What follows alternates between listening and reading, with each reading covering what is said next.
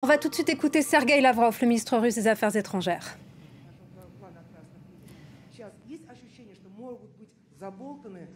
Et donc, pensez-vous que ces accords peuvent tout simplement être abandonnés? De notre expérience, lorsque nous discutons avec nos homologues occidentaux,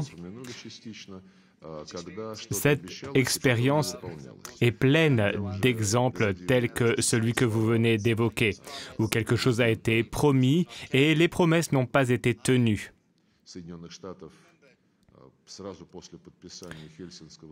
Je me souviens ce que le président américain a dit après la loi d'Helsinki en 1975. Je crois que c'était George Ford. Et il a déclaré la chose suivante. Cela marque solennellement cet événement avec la signature du Helsinki Final Act. Il a déclaré que nos descendants nous jugeraient non pas sur les promesses que nous avons faites, mais sur notre respect de ces engagements. Donc, on voit bien que les Américains, les Européens et les membres de l'OTAN ne sont pas très bons, ne savent pas très bien respecter ou tenir leurs paroles. Aujourd'hui, nous avons répété un argument, à savoir que les pays sont libres de choisir leurs alliances, les accords de sécurité, mais nous avons rétorqué avec différents documents, des documents qui imposent des conditions à cette liberté à choisir. Il doit y avoir un engagement qui consiste à ne pas renforcer sa sécurité aux dépens de la sécurité d'un autre pays. Et donc nous avons demandé à M. Blinken et à son équipe de nous dire comment ils interprètent ces engagements qui ont été adoptés à l'OSCE au plus haut niveau et qui, à de nombreuses reprises, ont été confirmés. Le secrétaire d'État, M. Blinken, a dit qu'il était satisfait par les échanges de points de vue que nous avons eus et que cela les aiderait à nous présenter leurs réactions par écrit prochainement. Une question en anglais. Hier, le département d'État a publié beaucoup d'informations disant qu'il n'y avait pas de menace de la part de la Russie contre l'Ukraine. Dans ces informations, il déclarait également que RT, mon réseau, était responsable de propagande en parlant de groupes d'extrême droite et de néo-nazis en Ukraine. C'est quelque chose que Human Rights Watch a déclaré également. Qu'a dire le ministère des Affaires étrangères russe? Et par ailleurs, qu'en est-il de la quantité d'armes des États-Unis et du Royaume-Uni qui est arrivée en Ukraine? En avez-vous parlé?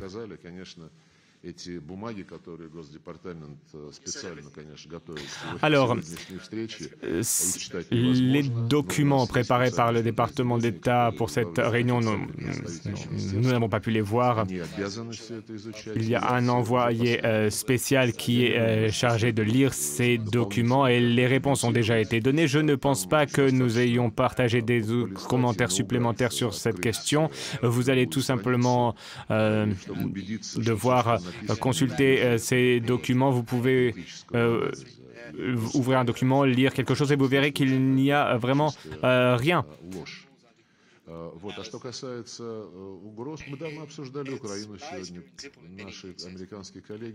Et donc, concernant l'Ukraine, nous en avons parlé. Une fois de plus, nos homologues américains ont essayé à nouveau d'avancer la question de la frontière entre la Russie et l'Ukraine. Ils ont essayé de tout conditionner sur le besoin de cette désescalade.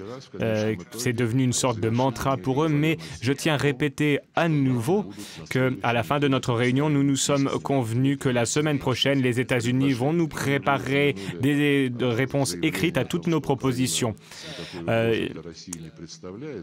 Il a également été dit que l'Ukraine ne représentait pas de menace pour la Russie et je tiens à répéter que vous devez vous pencher sur nos commentaires, sur nos publications et jamais par le passé la Russie n'a menacé par le biais de ses représentants officiels le peuple d'Ukraine. Nos collègues occidentaux ont pris Zelensky sous leurs ailes. Et le président Zelensky a dit que si certains Ukrainiens ne se sentent pas ukrainiens, eh bien, ils doivent tout simplement quitter le pays.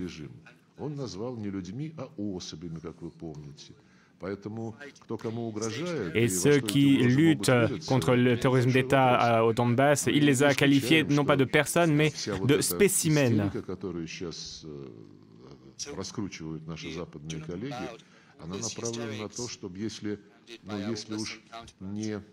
Nous rejetons donc toute cette hystérie propagée par nos homologues occidentaux qui cherchent à parfois provoquer une action de l'Ukraine par le biais du Donbass. Eh bien,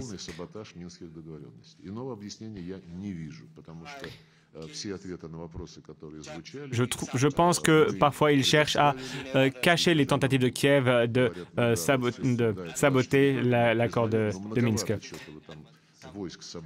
Lorsque quelqu'un nous dit « oui, c'est votre territoire, nous le reconnaissons, mais qu'il y a trop de soldats sur place », en parallèle, ils disent « ce ne sont pas nos affaires, ce que les Américains font avec leurs soldats en Europe ». Et c'est quelque chose dont nous avons parlé avec Anthony Blinken durant nos échanges aujourd'hui, et il était d'accord pour dire que le dialogue doit être plus raisonnable. Et je dois dire que il n'y avait pas eu de garantie, quelle qu'elle soit.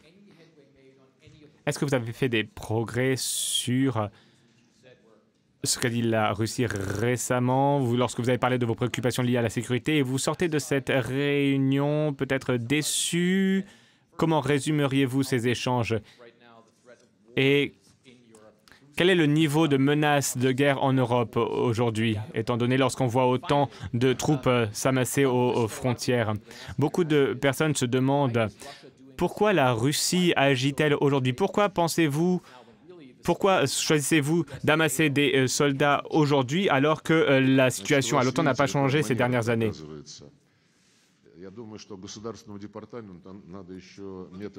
Eh bien, vous savez,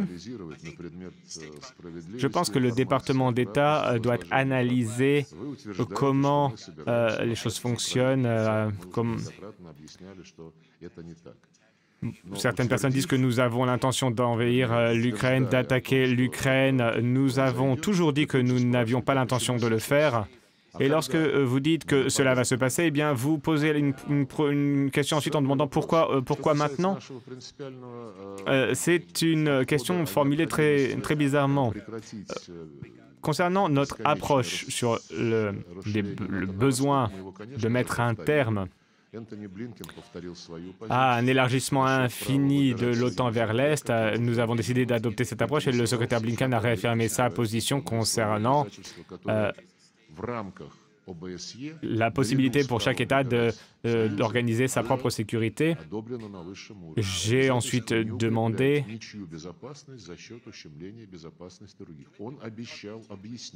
ce qu'il en était de l'engagement de ne pas renforcer sa sécurité aux dépens de la sécurité d'autres pays, et il m'a promis qu'il répondrait par écrit prochainement. Ce n'est pas la fin du dialogue, comme je l'ai dit. Et la semaine prochaine, le secrétaire d'État, M. Blinken, l'a dit, il l'a dit à plusieurs reprises, qu'il nous enverrait ses réponses par écrit.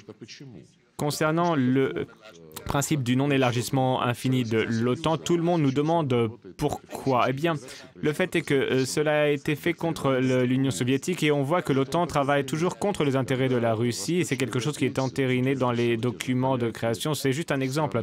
Prenons l'exemple des États baltes, par exemple. Lorsqu'ils cherchaient à devenir membres de l'OTAN, nous avons averti que ce serait une erreur, que cela ne renforcerait pas la sécurité de l'OTAN. Nous avons averti que cela ne ferait qu'attiser la flamme d'un sentiment d'extrémisme.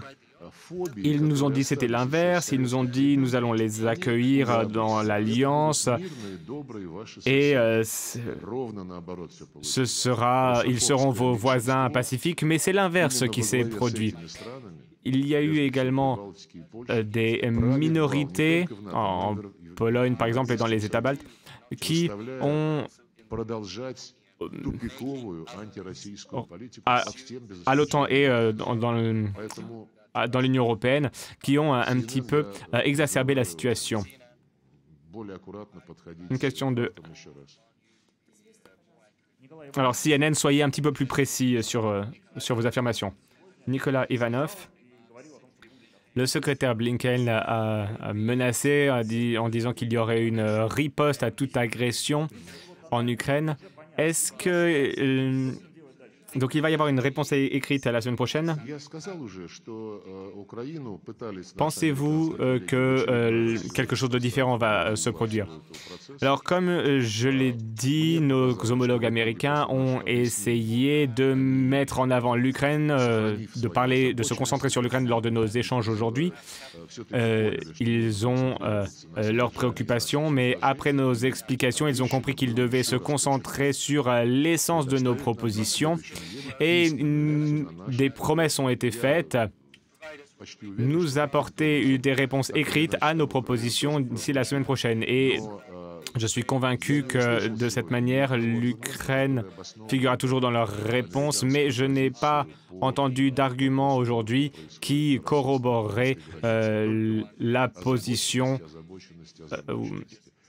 des États-Unis sur la situation à la frontière.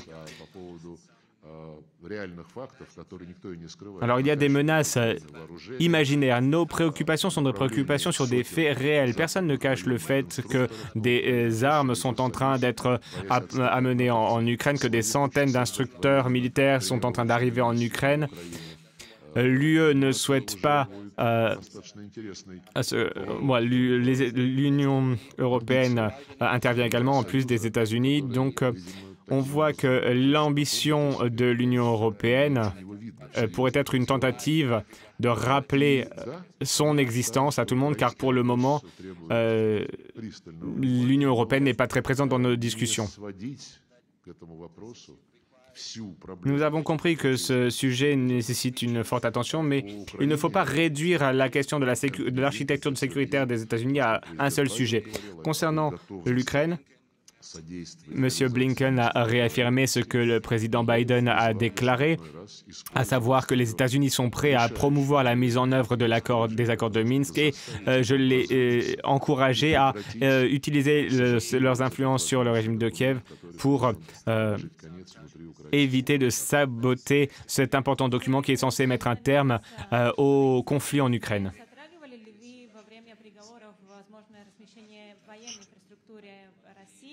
Avez-vous évoqué le potentiel déploiement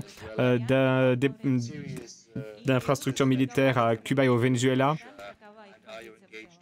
Et avez-vous parlé avec les gouvernements de ces pays? Nous n'avons pas abordé ce sujet dans nos échanges aujourd'hui.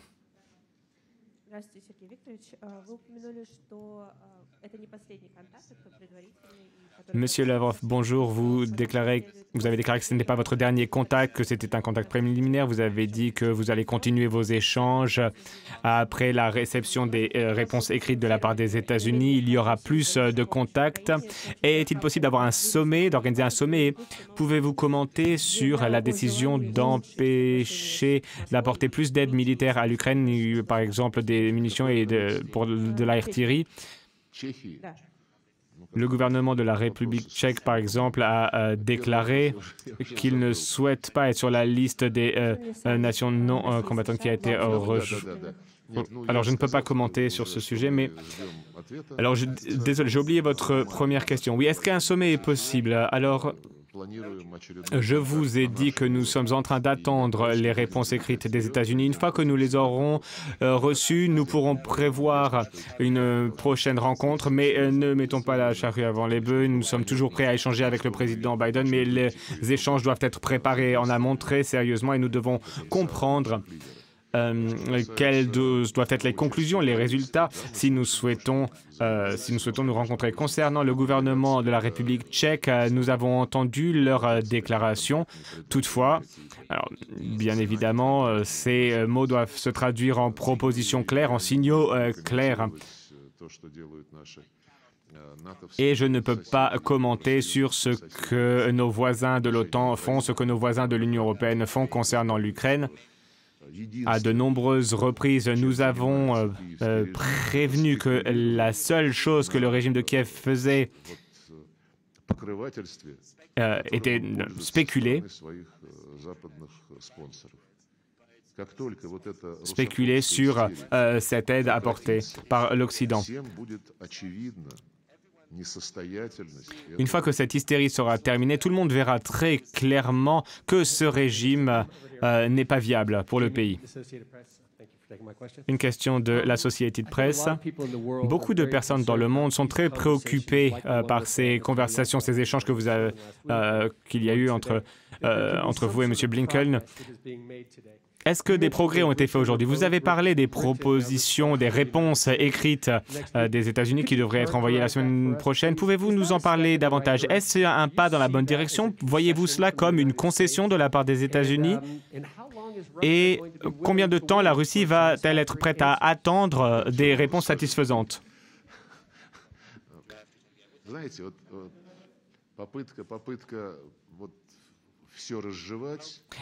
Eh bien, vous savez,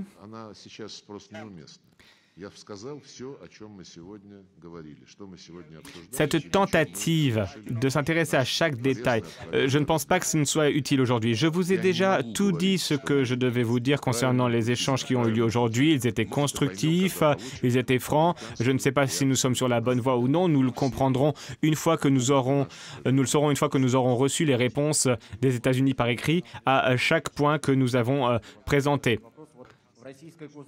Bonjour, M. Koreshnika. La Douma parle d'une possibilité de reconnaître la République de Luhansk. Pensez-vous que si Washington refuse ces garanties sur la sécurité, est-ce que la Russie va être prête à reconnaître ces républiques après que le référendum a eu lieu? Je ne vais pas spéculer sur ce sujet. Je pense que le Kremlin a déjà fait des déclarations concernant le référendum. Je pense que c'était un point de non-retour dans l'histoire de la crise ukrainienne après ce coup d'État sanglant.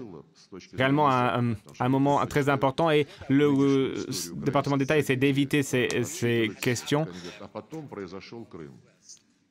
Et ils ont décidé de dire que oui, ceci s'est produit, puis il y a eu la crise de Crimée et l'insurrection au Donbass. Et nous essayons de leur rappeler l'accord pacifique entre Yanukovych et l'opposition. Vous étiez les garants de ces accords, la France, l'Allemagne, la Pologne, et le lendemain, l'opposition a tout simplement déchiré cet accord, a fait des commentaires russophobes, a demandé à ce que les Russes soient expulsés de la Crimée et des militants ont été envoyés en Crimée pour saisir la Cour suprême, ce qui a entraîné une révolte des Criméens qui ont demandé un référendum.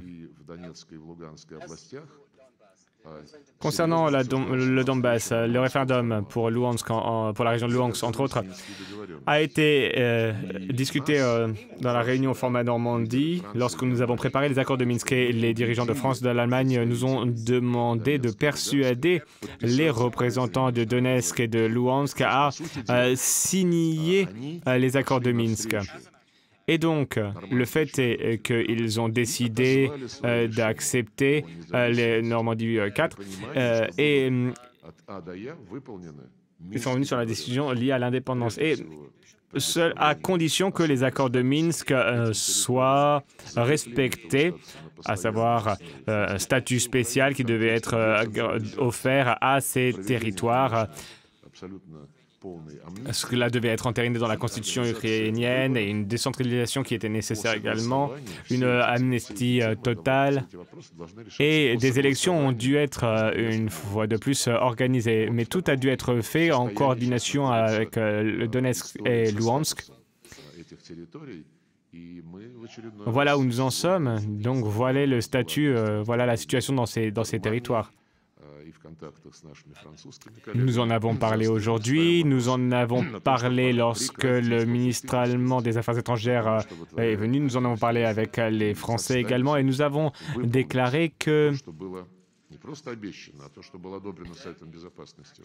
nous ne pouvons que condamner le régime de Kiev. Ils doivent faire ce qui a été convenu par le Conseil de sécurité des Nations Unies.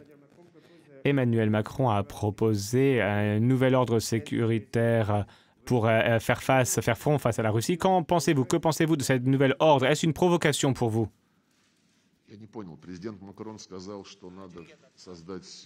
Pourriez-vous répéter votre question, s'il vous plaît? Qu'a dit le président Macron? Qu'il y aurait une nouvelle ordre de sécurité contre la Russie?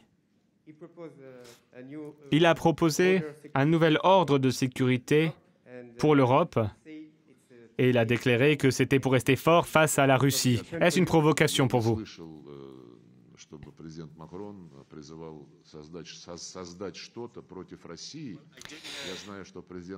Je n'ai pas entendu le président Macron dire quoi que ce soit concernant la création d'une force contre la Russie. Je sais que le président Macron est un fervent défenseur du renforcement des capacités de l'Union européenne pour que l'Union européenne puisse jouer un plus grand rôle dans la politique internationale. Il est en faveur de l'autonomie stratégique de l'Union européenne. Je sais qu'il y a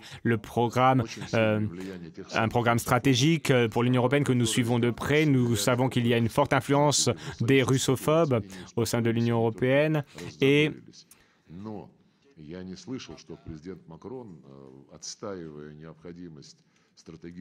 ils ne se sont pas, ces influences ne s'est pas calmée, mais je n'ai pas entendu le président Macron citer ou parler du besoin de faire front face à la Russie lorsqu'il a fait cette proposition. Ou alors je pense qu'il y avait peut-être une mauvaise compréhension. Question de la BBC. Que souhaite la Russie? Une nouvelle sphère d'influence en Europe de l'Est ou une Ukraine indépendante et stable? Instable. Alors, nous en avons parlé aujourd'hui. Nous avons parlé concernant la stabilité de l'Ukraine. La stabilité de l'Ukraine est un facteur dans notre vie politique au quotidien. Mais cette instabilité, bon, je sais que vous êtes un journaliste chevronné et je ne sais pas d'où vient cette instabilité. Si vous regardez ce qui se passe avec Poroshenko qui souhaite revenir à Kiev ou les événements suivants, comment cela a été organisé?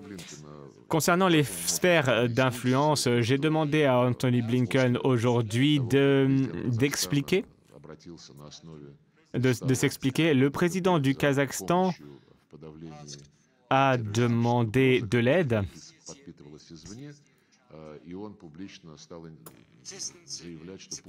A demandé une aide pour réprimer cette menace terroriste. Il a demandé de l'aide à l'OTSC. On a demandé au Kazakhstan d'expliquer ses actions. Et cela illustre le fait que l'Occident a confiance en son statut. Il pense à pouvoir faire tout ce qu'ils veulent et il pense que les autres n'ont pas le droit de faire quoi que ce soit. Le prédécesseur de M. Borrell, qui était haut représentant de l'Union européenne, Federica Mogherini, en 2018, souvenons-nous ce qu'elle a fait. Elle s'est exprimée à une réunion et elle a déclaré, je peux la citer, elle a déclaré au sujet des Balkans, si l'UE est présente, eh bien, personne d'autre ne doit l'être. Il n'y a pas de place pour qui que ce soit d'autre dans cette région. C'est un très bon exemple et cela s'applique à ce qui se passe en Europe de l'Est. Intéressons-nous aux Balkans occidentaux. Il y a des pays qui ne font pas partie de l'OTAN ou de l'Union européenne et il y a des tentatives pour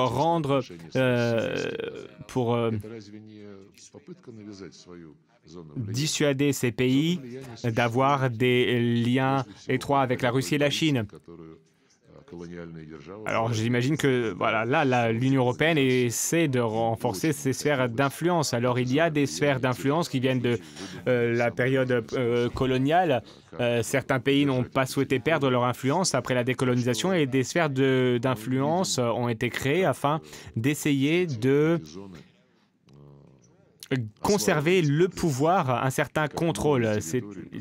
Il y avait des tentatives de conserver le contrôle sur ces territoires. Et on voit que l'Union européenne essaie d'étendre sa présence dans ces territoires, attirer de nouveaux pays dans ces sphères d'influence.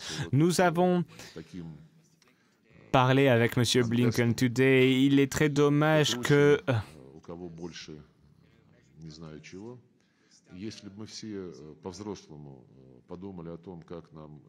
Il est triste de voir que cela se soit passé comme ça. Il faut penser en tant qu'adulte, il faut voir comment rendre ce monde plus sûr face au changement climatique, au trafic de stupéfiants, au terrorisme, aux problèmes de santé.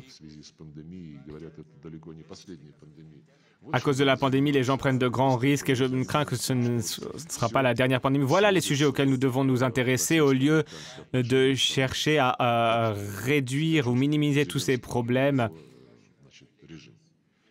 ou de se concentrer sur d'autres problèmes, par exemple liés à la Russie. Alors, nous n'essayons pas de renforcer notre sphère d'influence, mais ce que l'OTAN fait nous montre très clairement que l'OTAN voit l'Ukraine comme un pays qui fait partie de sa sphère d'influence. Une question de RBC. Voilà pour la conférence de presse que vous avez pu suivre en direct de Sergueï Lavrov, le ministre russe des Affaires étrangères. La Russie attend donc une réponse américaine à ses propositions et à ses exigences la semaine prochaine. Il parle de réponse écrite, Sergueï Lavrov.